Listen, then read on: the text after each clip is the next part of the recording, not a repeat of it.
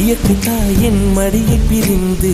எப்படி வாழ இதயம் தொலைந்து சலித்து போனேன் மனிதனாயிருந்து பறக்க வேண்டும் பறவையாய் திரிந்து திரிந்து பறந்து பறந்து மூங்கில் காடுகளே வந்து முனகும் பாடல்களே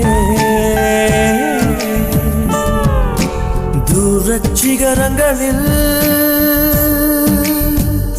தண்ணீர் துவைக்கும் அருவிகளே